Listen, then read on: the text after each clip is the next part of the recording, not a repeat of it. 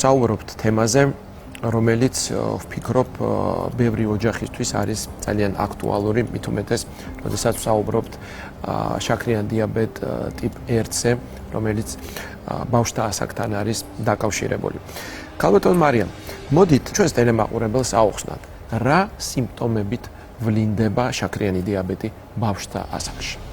მოგესალმებით, ძალიან დიდი მადლობა მოწვევისთვის და ამ საინტერესო თემისთვის, რომელიც ძალიან აწუხებს დღეს მშობლებს. ტიპი 1 შაქრიანი დიაბეტი ბავშვებში ვლინდება გაძლიერებული წყურვილის შეგრძნებით, გახშირებული შარდვით, ღამე შარდვით. ძალიან ბევრ წყალს იღებენ ბავშვები, ღამითაც იღვიძებენ წყლის დასალევად.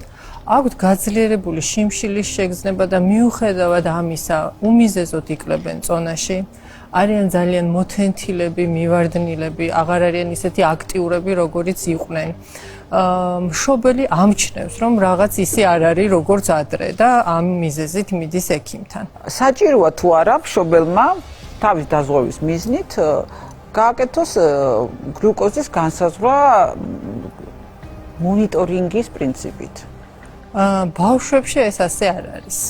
მართალია დღესდღეობით ტიპი 2 შაქრიანი დიაბეტის სიხშირე მოიმატა ბავშვებში, მაგრამ მაინც ძალიან იშვიათია და თუ ბავშვი არის გამხდარი, თუ მას არ აქვს ის სიმპტომები, რომელიც მე აქამდე ჩამოვთვალე, უბრალოდ ჩვეულებრივი მონიტორინგის მიზნით და სკრინინგის მიზნით, რომ ვაი ხომ არ აქვს ბავშვს მომატებული შაქარის სიხშირე, ამის კვლევა საჭირო არ არის. როდესაც ბავშვს აქვს სიმპტომები, მხოლოდ მაშინ ვიკვლევთ. თუ არ აქვს სიმსუქნე. სიმსუქნის შემთხვევაში, თუ ბავშვი არის სქესობრივი მომწიფების პერიოდში და მას ტიპი 2 შაქრიანი დიაბეტით აქვს დატვირთული გენეტიკა, მაშინ უნდა გამოვიკვლიოთ, იმიტომ რომ ასეთ ბავშვს შეიძლება ტიპი 2 შაქრიანი დიაბეტი დაემართოს და არა ტიპი 1. ტიპი 1 ყოველთვის ძალიან დრამატულად და მწვავედ ვლინდება, არ გამოგეპარებათ. ქალბატონ მარიამ, მოდით ჩვენს მაყურებელს და ამ შემთხვევაში მშობლებს ავუხსნათ, თუ რატომ არის მნიშვნელოვანი ინსულინის ჩართვა შაქრიანი დიაბეტი ტიპი 1-ის, ასე ვთქვათ, მართვის დროს. იმიტომ რომ ხშირად არის გავრცელებული ესეთი მოსაზრება, რომ მოდი არ მინდა, იმიტომ რომ ამას შეიძლება რაღაც გარკვეული ზიანი მიაყენოს ჩემ ბავშვს და მოდით ავუხსნათ, თუ რატომ არის ეს მნიშვნელოვანი. სამწუხაროდ ინსულინის მიმართ ძალიან ესეთი დაუმსახურებელი დამოკიდებულება აქვთ. არა და ინსულინი ამ შემთხვევაში გადარჩენის ერთადერთი საშუალებაა. ტიპი 1 შაქრიანი დიაბეტის დროს ჩვენ გვაქვს ინსულინის აბსოლუტური უკმარისობა. ადამიანს ინსულინი არ აქვს. ინსულინი კი ის ჰორმონია, რომლის გარეშეც ჩვენ ვერ ვცოცხლობთ. ამიტომ ინსულინის გარეშე დღეისათვის, სანამ ახალი მეთოდები არ იქნება ნაპოვნი მედიცინაში, ტიპი 1 შაქრიანი დიაბეტის მართვა სამწუხაროდ შეუძლებელია. რას უკავშირებთ თქვენ როგორც ექიმი, რატომ აქვთ ესეთი რაღაცნაირი დამოკიდებულება ამ პრეპარატის მიმართ, რომელიც რეალურად პრეპარატი კი არ არის ანალოგია იმისი, რასაც ორგანიზმი უნდა გამოიმუშავებდეს და ვერ გამოიმუშავებს და ვაწვდით გარედან. აი ესეთივე რეაქცია არ აქვს მაგასთან რკინა დეფიციტურ ანემიას რეოვნები და რკინა არის მისაღები, არ აქვს პრობლემა და კი ბატონო რკინა დამინიშნე, ვიტამინი მაგას დამინიშნე და როდესაც შენ ეუბნები, რომ ეს გვაკლია ინსულინი, ამ შემთხვევაში აი ესეთი რაღაცა ძიმე მიუღებლობა აქვთ.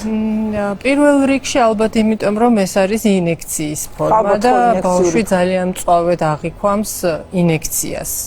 მეორე იმიტომ, რომ ასოცირდება იმასთან, რომ საკვებს ვერ შევჭამთ ინსულინის გარეშე.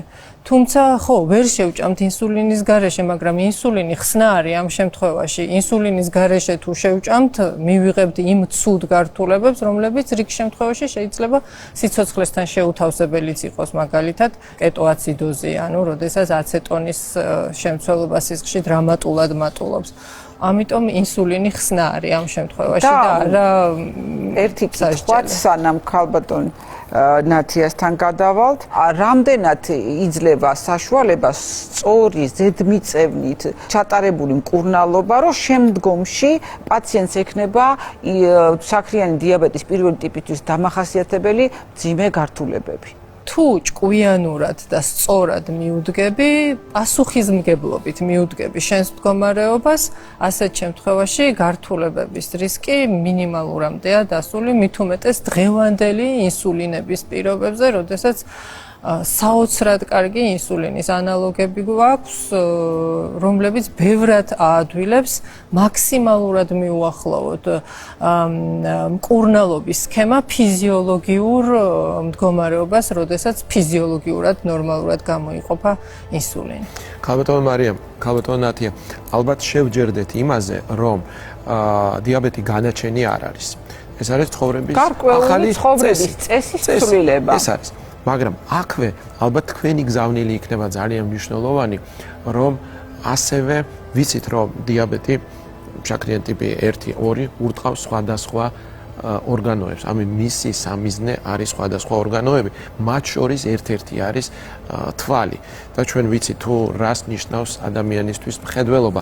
ამიტომ ინტეგრირება პარალელურად და ანუ გუნდური მუშაობა სხვა სპეციალისტებთან ერთად არის ძალიან მნიშვნელოვანი. ეს არის ძალიან მნიშვნელოვანი და ცნობიერების ამაღლება, ალბათ ძალიან ბევრი კამპანია იყო ამ მიმართულებით უკვე ჩატარებული და ვფიქრობთ, რომ უფრო და უფრო წინ წამოიწევა ეს ასეთი მიდგომა პოლიპროფილური.